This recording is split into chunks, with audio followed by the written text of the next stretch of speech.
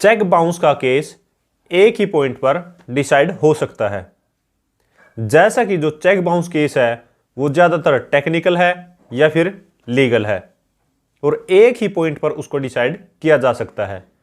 एक ही पॉइंट पर जो कंप्लेनेंट है वो केस जीत सकता है और जो एक ही पॉइंट पे एक्यूज्ड है वो भी केस को जीत सकता है। हाँ, बिल्कुल ठीक सुना आपने, एक ही पॉइंट पर कोई भी पार्टी जीत सकती है, हालांकि उसको टेक्निकल पॉइंट या फिर लीगल पॉइंट पता होना चाहिए।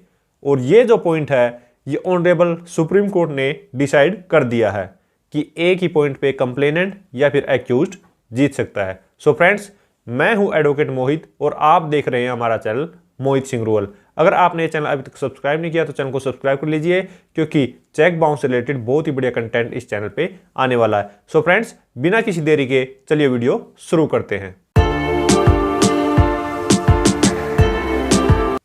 सो फ्रेंड्स, आप लोगों ने नॉर्मली ये देखा होगा कि चेक बाउंस में क्या होता है।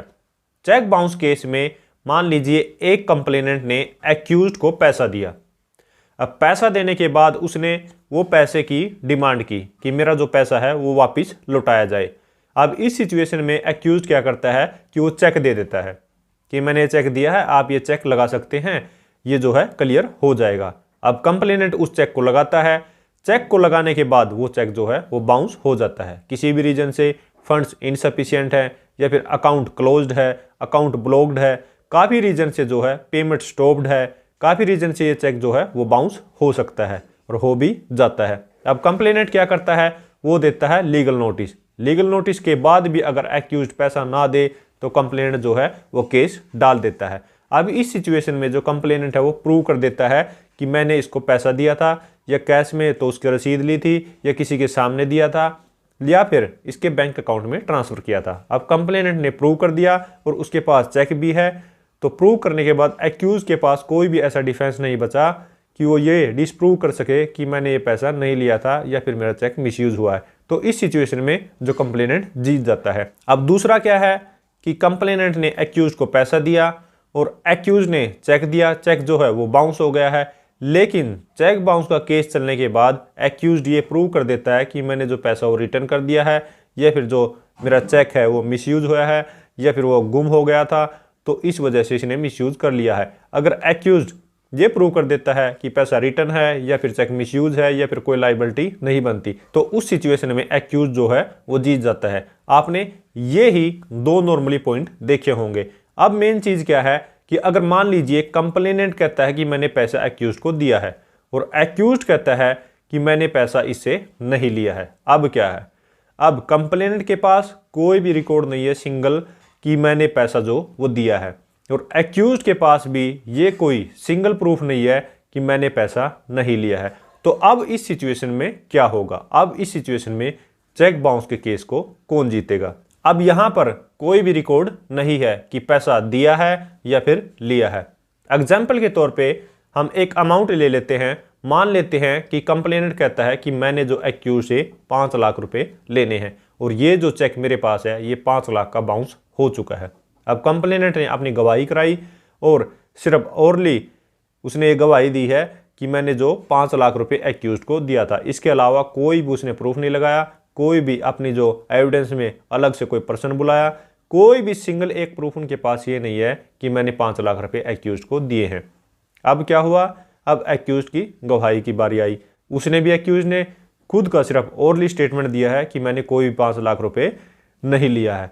अब उसके पास भी कोई सिंगल प्रूफ नहीं है कि मैंने 5 लाख लिया है या फिर नहीं। अब क्या होगा? अब इस सिचुएशन में जो कंप्लेनेंट के पास क्या है? चेक है, और उस चेक पे एक्यूज्ड के सिग्नेचर भी है।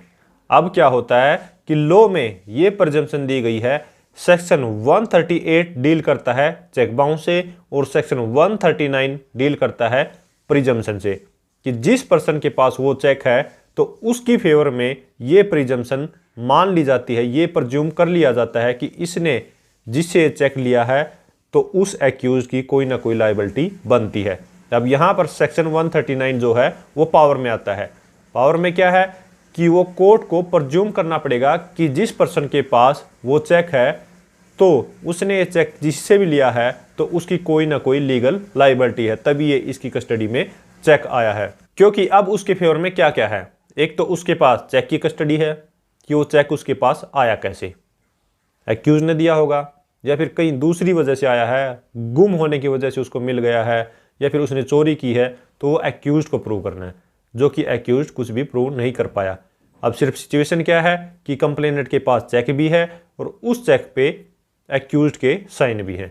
अब सेक्शन 139 भी जो फेवर में बोलता है कंप्लेनेंट की कि अगर उसके पास चेक है और उस पे सिग्नेचर है तो ये माना जाता है कि एक्यूज ने कोई ना कोई लीगल लायबिलिटी के लिए ये चेक इशू किया है। और इसके साथ साथ मैं आपको ये चीज भी बता दूं कि अगर सिर्फ चेक है और उस पे सिग्नेचर है तो ये भी लॉ सेटल हो चुका है कि अगर ब्लैंक चेक है उस पे सिर्फ सिग्नेचर है तो उसको जो कंप्लेनेंट फिल कर सकता है, अगर एक्यूज की लीगल लायबिलिटी है तो। अगर उसकी लीगल लायबिलिटी है तो बाकी के जो कंटेंट्स है, अमाउंट है या फिर नेम है या फिर डेट है, तो वो कंप्लेनेंट जो है वो खुद फिल कर सकता है, उसके पास पूरी पावर है और ये लॉ सेटल हो चुका है। तो अब इस सिचुएशन में कौन जीतेगा? कंप्लेनेंट ने कोई भी प्रूफ नहीं दिया, एक्यूज ने कोई भी प्रूफ नहीं दिया, कंप्लेनेंट के पास चेक है और एक्यूज के सिग्नेचर के साथ है।